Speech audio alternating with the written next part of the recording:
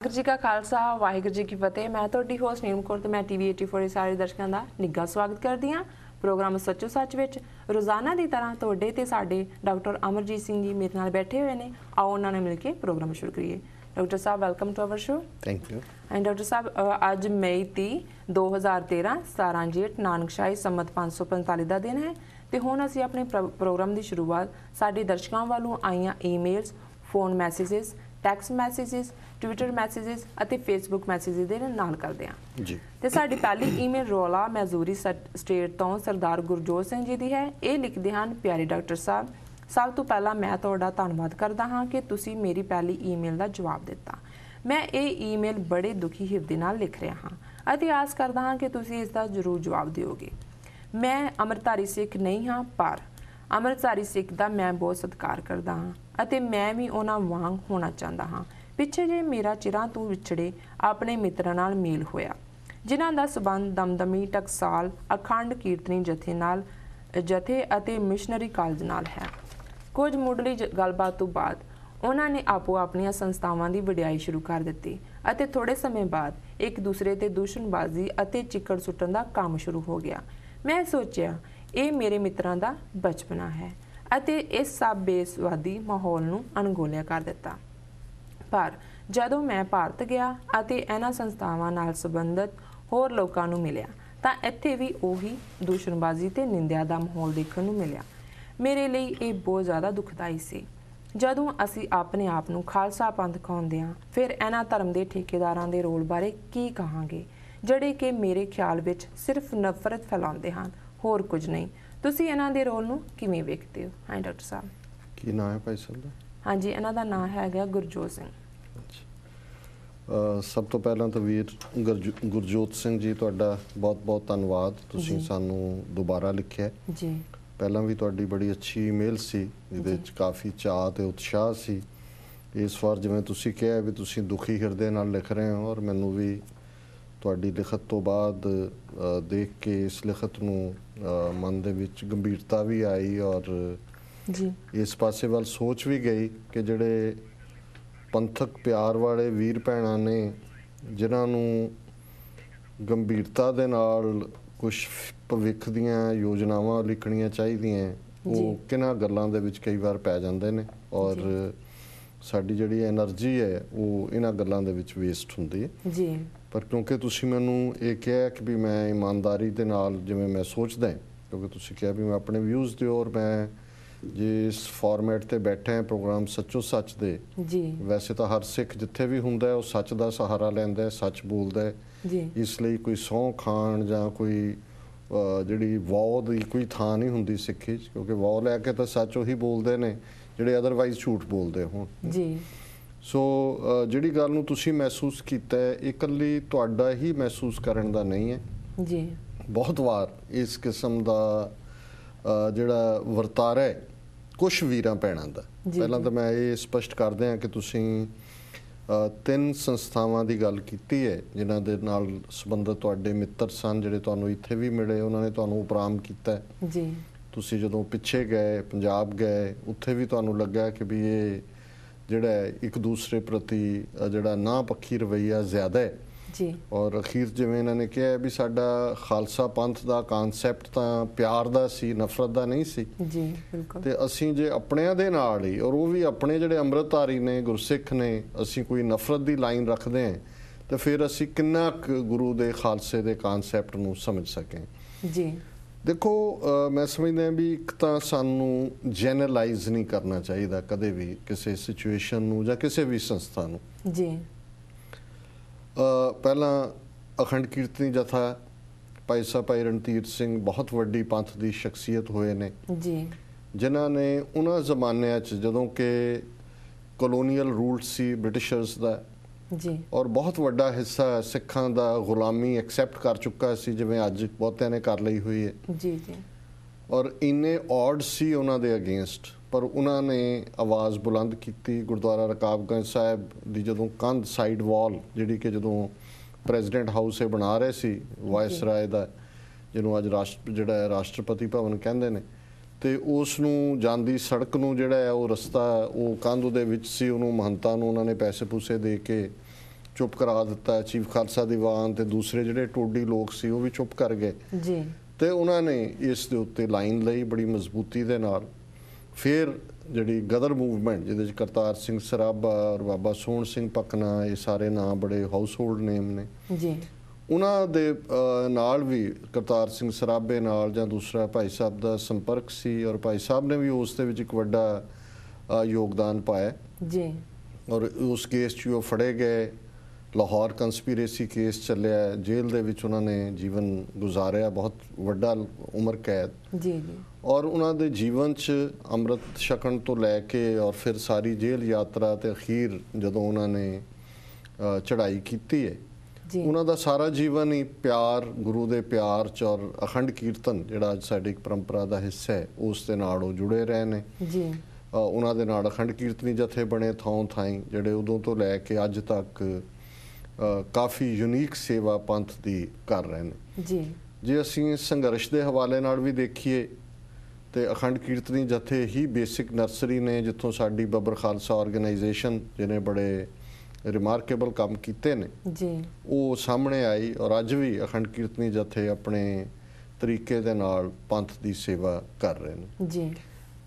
ਦੂਸਰੀ ਸੰਸਥਾ ਦਮਦਮੀ ਟਕਸਾਲ, ਸੰਤ ਕਰਤਾਰ ਸਿੰਘ ਜੀ ਖਾਲਸਾ ਜੀ। ਮੈਂ ਬਹੁਤ ਪਿੱਛੇ ਨਾ ਵੀ ਜਾਵਾਂ, ਮੈਂ ਕਰੰਟ ਦੌਰ ਦੀ ਗੱਲ ਕਰਾਂਗਾ ਜੀ।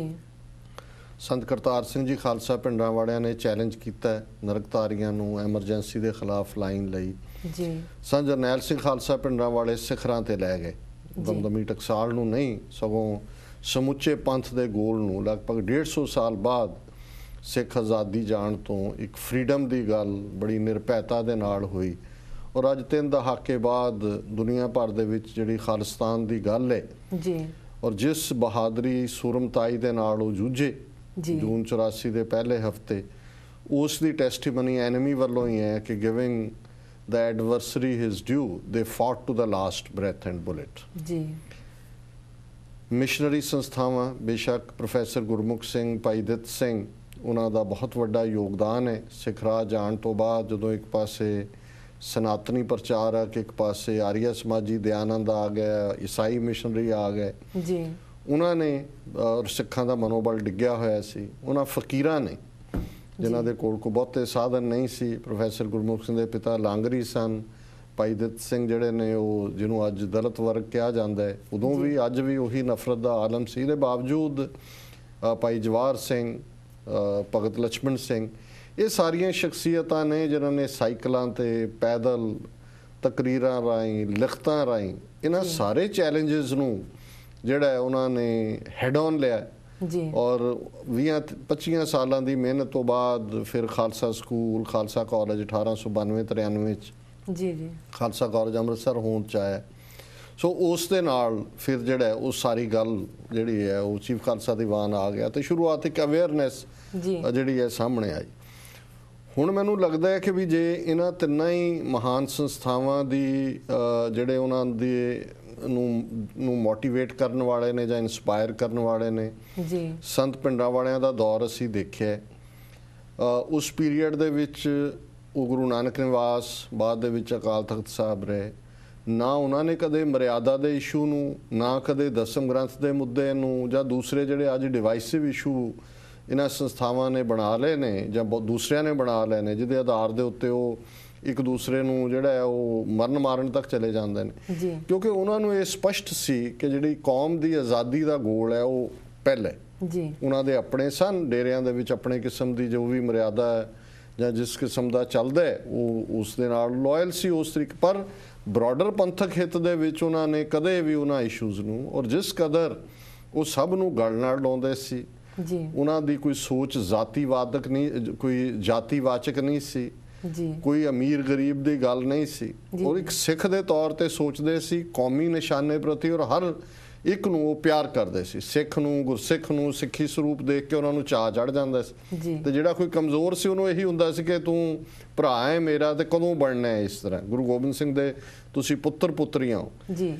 ਸੋ ਇਸੇ ਤਰ੍ਹਾਂ ਭਾਈ ਸਾਹਿਬ ਰਣਧੀਰ ਸਿੰਘ ਜਿਨ੍ਹਾਂ ਨੇ ਅਖੰਡ ਕੀਰਤਨੀ ਜਥਿਆਂ ਨੂੰ ਬੇਸਿਕ ਜਿਹੜੇ ਫਾਊਂਡਰ ਨੇ ਉਹ ਸਾਰੇ ਦੇ ਜੀ, ਉਹਨਾਂ ਦੇ ਜੀਵਨ 'ਚ ਅਸੀਂ ਕੋਈ ਇਸ ਕਿਸਮ ਦਾ ਨਹੀਂ ਦੇਖਦੇ ਕਿ ਉਹਨਾਂ ਨੇ ਕੋਈ ਇਸ, ਹਾਲਾਂਕਿ ਉਹਨਾਂ ਦਾ ਇੱਕ ਆਪਣਾ ਜਿਹੜਾ ਰਹਿਤ ਮਰਿਆਦਾ ਦੇ ਪੱਖ ਤੋਂ ਜਾਂ ਕੁਝ ਮੁੱਦੇ ਨੇ ਜਿਨ੍ਹਾਂ ਨਾਲ ਥੋੜਾ ਬਹੁਤ ਵਖਰੇਵਾਂ ਵੀ ਹੋ ਸਕਦਾ ਹੈ ਕਿਸੇ ਦਾ, ਲੇਕਿਨ ਕੋਈ ਉਹਨਾਂ ਦੇ ਜੀਵਨ ਦੀਆਂ ਘਟਨਾਵਾਂ ਚੋਂ ਜਾਂ ਜੀਵਨ 'ਚ ਕੁਝ ਐਸਾ ਨਹੀਂ ਆਉਂਦਾ ਕਿ ਉਹਨਾਂ ਨੇ ਗੁਰੂ ਪਿਆਰ ਗੁਰੂ ਨਾਮ ਦੀ ਥਾਂ ਤੇ ਕੋਈ ਨਫ਼ਰਤ ਦੀ ਗੱਲ ਕੀਤੀ ਹੋਏ। ਜੀ ਮਿਸ਼ਨਰੀਆਂ ਦਾ ਮੈਂ ਜ਼ਿਕਰ ਭਾਈ ਦੱਤ ਸਿੰਘ ਪ੍ਰੋਫੈਸਰ ਗੁਰਮੁਖ ਸਿੰਘ ਤੋਂ ਵੱਡਾ ਕੋਈ ਮਿਸ਼ਨਰੀ ਨਹੀਂ ਹੋਇਆ, ਔਰ ਜਿਹੜੀਆਂ ਅੱਜ ਵੀ ਸੰਸਥਾਵਾਂ ਨੇ ਇਹਨਾਂ ਦੀਆਂ ਆਪਣੀਆਂ ਲਿਮਿਟੇਸ਼ਨਸ ਨੇ ਕੁਝ ਹੱਦ ਤੱਕ, ਪਰ ਮੈਂ ਸਮਝਦਾ ਵੀ ਇਹਨਾਂ ਨੇ ਵੀ ਆਪਣੇ ਤੌਰ ਤੇ ਲਿਖਤ ਦਾ ਕੰਮ, ਛਾਪਣ ਦਾ ਕੰਮ, ਟਰੈਕਟ, ਗੁਰਸਿੱਖੀ ਦੇ ਪ੍ਰਚਾਰ ਦੀ ਗੱਲ, ਉਹਨਾਂ ਦੇ ਵੀ ਵਖਰੇਵੇਂ ਨੇ ਥੋੜੇ ਬਹੁਤ, ਉਹਦੇ ਨਾਲ ਤੁਰਦੇ ਨੇ। ਹੁਣ ਜਿਹੜੀ ਗੱਲ ਨੇ ਵੀਰ ਗੁਰਜੋਤ ਸਿੰਘ ਹੋਰਾਂ ਨੂੰ ਉਪਰਾਮ ਕੀਤਾ, ਜਿਹੜੇ ਇਹਨਾਂ ਦੇ ਅੱਜ ਜਿਹੜੇ ਪੈਰੋਕਾਰ ਨੇ ਜਿਨ੍ਹਾਂ ਦੇ ਉਹਨਾਂ ਨੇ ਨਾਂ ਲਏ ਨੇ, ਜਿਨ੍ਹਾਂ ਨੇ ਝਗੜੇ ਇਸ ਕਿਸਮ ਦੇ ਬਣਾਏ ਹੋਏ ਨੇ, ਔਰ ਮੈਂ ਸਮਝਦਾ ਵੀ ਇਹ ਕੋਈ ਵੀ ਹੋਏ ਇਹ ਦੁੱਖ ਦੀ ਗੱਲ ਹੈ। ਮੈਂ ਇਹ ਨਹੀਂ ਕਹਿੰਦਾ ਕਿ ਵੀ ਉਹਨਾਂ ਨੂੰ ਪਤਾ ਨਹੀਂ ਹੈ, ਇਹ ਪੜ੍ਹੇ ਲਿਖੇ ਸੱਜਣ ਨੇ ਔਰ ਇਹਨਾਂ ਨੇ ਜ਼ਰੂਰ ਐਨਾਲਾਈਜ਼ ਕੀਤਾ ਹੋਏਗਾ ਸਿਚੁਏਸ਼ਨ। ਜੇ ਇਹਨਾਂ ਨੇ ਲਿਖਿਆ ਤਾਂ ਇਹਨਾਂ ਨੇ ਦੁਖੀ ਹਿਰਦੇ ਨਾਲ ਹੀ ਲਿਖਿਆ। ਪਰ ਮੈਂ ਸਮਝਦਾ ਵੀ ਪਹਿਲੀ ਗੱਲ ਤਾਂ ਸਿੱਖ ਦੇ ਲਈ ਕਿਸੇ ਲਈ ਵੀ ਨਫ਼ਰਤ ਕਰਨਾ ਸਿੱਖੀ ਦਾ ਹਿੱਸਾ ਨਹੀਂ ਹੈ। ਜੀ ਬਿਲਕੁਲ। ਤੇ ਜਦੋਂ ਅਸੀਂ ਝੂਮ ਕੇ ਸ਼ਬਦ ਪੜ੍ਹਦੇ ਹਾਂ, ਜੋ ਦਿਸੈ ਗੁਰਸਿੱਖੜਾ ਤੇ ਨਿਮ ਨਿਮ ਲਾਗਾਂ ਪਾਏ ਜਿਓ, ਜੇ ਅਸੀਂ ਇਹਨਾਂ ਦੀ ਇੰਟਰਪ੍ਰੀਟੇਸ਼ਨ ਕਰਦੇ ਹਾਂ, ਜਿਵੇਂ ਕੱਲ ਹੀ ਭਾਈ ਗੁਰਦਾਸ ਜੀ ਦਾ 2 ਦਿਨ ਪਹਿਲੇ ਅਸੀਂ ਕਰ ਰਹੇ ਮੇਰੀ ਖੱਲੋਂ ਮੌਜੜੇ ਗੁਰਸਿੱਖ ਹੰਡਾਂਦੇ, ਹਾਂਜੀ, ਕਿ ਸਿੱਖ ਤਾਂ ਸਿੱਖ ਨੂੰ ਦੇਖ ਕੇ ਉਹਨੂੰ ਚਾਅ ਚੜ੍ਹਦਾ ਹੈ, ਉਹ ਫਤਿਹ ਬੁਲਾਉਂਦਾ ਹੈ, ਬਗਲਗੀਰ ਹੁੰਦਾ ਹੈ, ਉਹਨੂੰ ਚਾਅ ਚੜ੍ਹਦਾ। ਅਰਦਾਸ 'ਚ ਅਸੀਂ 2 ਵੇਲੇ ਮੰਗਦੇ ਹਾਂ ਕਿ ਅਕਾਲ ਪੁਰਖ ਅਸੀਂ ਮੰਗਦੇ ਹਾਂ ਕਿ ਸਹੀ ਪਿਆਰੇ ਮੇਲ ਜਿਨ੍ਹਾਂ ਮਿਲਿਆ ਤੇਰਾ ਨਾਮ ਚਿਤਾਵੇ। ਹੁਣ ਉੱਥੇ ਅਸੀਂ ਇਹ ਤਾਂ ਨਹੀਂ ਮੰਗਦੇ ਕਿ ਵੀ ਕਿਹੜੇ ਅੰਮ੍ਰਿਤ ਛਕਿਆ ਵਾਲਾ ਸਾਨੂੰ ਮਿਲੇ ਤੇ ਫਿਰ ਅਸੀਂ ਖੁਸ਼ ਹਾਂ। ਅਸੀਂ ਤਾਂ ਜਿਹੜਾ ਸਾਡੀ ਰੱਬ ਦੀ ਯਾਦ ਨੂੰ ਪਰਪੱਕ ਕਰਾਏ, ਗੁਰੂ ਕਾ ਪਿਆਰ ਹੈ, ਗੁਰਸਿੱਖ, ਉਹਦੇ ਨਾਲ ਸਾਨੂੰ ਚਾਅ ਚੜ੍ਹਦਾ। ਸੋ ਮੈਂ ਸਮਝਦਾ ਵੀ ਇਹ ਜਿਹੜਾ ਇਸ ਕਿਸਮ ਦੀਆਂ ਬਹਿਸਾਂ ਦੇ ਵਿੱਚ ਇਸ ਕਿਸਮ ਦੇ ਉਹ ਮਰਿਆਦਾ ਦੇ ਝਗੜੇ ਹੋਣ, ਉਹ ਕੋਈ ਹੋਰ ਨਿੱਕੇ ਮੋਟੇ ਵਖਰੇਵੇਂ ਹੋਣ, ਜਿਵੇਂ ਮੈਂ ਅੱਗੇ ਵੀ ਕਿਹਾ ਸੀ ਕਿ ਲਗਭਗ 98% ਜਿਹੜੇ ਸਾਡੇ ਇਸ਼ੂ ਨੇ ਜਾਂ ਧਾਰਮਿਕ ਜਾਂ ਮਰਿਆਦਾ ਨਾਲ ਸੰਬੰਧਿਤ ਇਸ਼ੂ ਵੀ ਨੇ, ਉਹਨਾਂ ਦੇ ਵਿੱਚ ਪੰਥ ਦੀ ਇੱਕ ਮਿਕਤ ਹੈ ਜਾਂ ਪੰਥ ਦੀ ਇੱਕ ਸੁਰਤ ਹੈ। 2% ਨੇ ਜਿਨ੍ਹਾਂ ਬਾਰੇ ਆਪੋ ਆਪਣੀ ਪੋਜੀਸ਼ਨ ਰਹੀ ਹੈ। ਦਮਦਮੀ ਟਕਸਾਲ ਦੀ ਆਪਣੀ ਪੋਜੀਸ਼ਨ ਹੈ, ਅਖੰਡ ਕੀਰਤਨੀ ਜਥਿਆਂ ਦੀ ਆਪਣੀ ਪੋਜੀਸ਼ਨ ਹੈ, ਮਿਸ਼ਨਰੀ ਸੋਚ ਵਾਲਿਆਂ ਦੀ ਆਪਣੀ ਪੋਜੀਸ਼ਨ ਹੈ। ਪਰ ਉਹਦੇ 'ਚ ਵੀ ਹਾਲਾਂ ਮੇਰੀਆਂ ਵੀ ਇੰਡੀਵਿਜੂਅਲ ਕੋਈ ਚੀਜ਼ਾਂ ਕਨਵਿਕਸ਼ਨਸ ਜਾਂ ਵਖਰੇਵਾਂ ਹੋ ਸਕਦਾ, ਪਰ ਅਸੀਂ ਇਸ ਗੱਲ ਨੂੰ ਮੰਨ ਕੇ ਤੁਰਦੇ ਹਾਂ ਕਿ ਭਾਈ ਪੰਥ ਨੇ 25-30 ਸਾਲ ਦੀ ਆਪਸੀ ਵਿਚਾਰ ਤੋਂ ਬਾਅਦ ਇੱਕ ਸਿੱਖ ਰਹਿਤ ਮਰਿਆਦਾ ਫਾਰਮ ਕੀਤੀ। ਉਹ ਸਾਡਾ ਬੇਸਿਕ ਡਾਕੂਮੈਂਟ ਹੈ। ਸਮਾਂ ਪਾ ਕੇ ਕੋਈ ਉਹਦੇ 'ਚ ਤਬਦੀਲੀ ਦੀ ਗੱਲ ਆਏਗੀ, ਪੰਥ ਆਜ਼ਾਦ ਮਾਹੌਲ ਦੇ ਵਿੱਚ ਉਸ ਨੂੰ ਡਿਸਕਸ ਵੀ ਕਰ ਸਕਦੇ। ਸੰਤ ਪਿੰਡਾਂ ਵਾਲਿਆਂ ਨੇ ਉੱਥੇ ਰਹਿੰਦਿਆਂ ਵੀ ਕਦੇ ਇਹ ਤਾਂ ਨਹੀਂ ਉਹਨਾਂ ਨੇ ਅਸਰਟ ਕੀਤਾ ਕਿ ਉਹ ਅਕਾਲ ਤਖਤ ਸਾਹਿਬ ਤੇ ਜਿਵੇਂ ਅੰਮ੍ਰਿਤ ਛਕਾਇਆ ਜਾਂਦਾ ਹੈ ਜਾਂ ਕੋਈ ਹੋਰ ਹੈ ਉਹਦੇ 'ਚ ਤਬਦੀਲੀ ਕਰਨ।